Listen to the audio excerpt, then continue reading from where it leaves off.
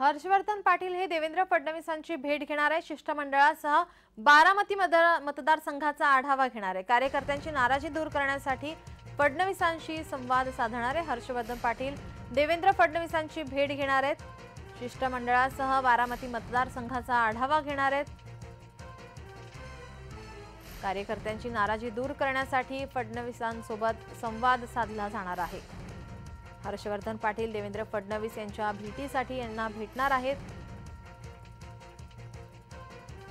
शिष्टमंडळासह बारामती मतदारसंघाचा आढावा घेणार आहे।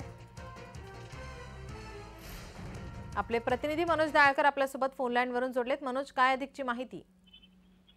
नक्कीच नीलम, आपण बघितलं आता लोकसभेच्या निवडणुकीचा बिगुल वाजलेला आहे आणि आपण बघितलं भाजपकडून आणि शिवसेनेकडून यादीही जाहीर करण्यात आलेली आहे। पण अद्यापही आपण बघितलं तर महायुतीच्या जागेवरती काही जागेवरती अद्याप तिढा कायम आहे आणि त्याच्या तिढा सोडवण्यासाठी आपण बघितलं बारामती मधील हर्षवर्धन पाटील आज पुन्हा एकदा देवेंद्र फडणवीस यांची सागर बंगल्यावरती भेट घेणार आहे। दुपारी 3:30 वाजता आपण बघितलं तर हर्षवर्धन पाटील आणि त्यांचे कार्यकर्ते हे सागर बंगल्यावरती उपमुख्यमंत्री देवेंद्र फडणवीस यांची भेट घेणार आहे।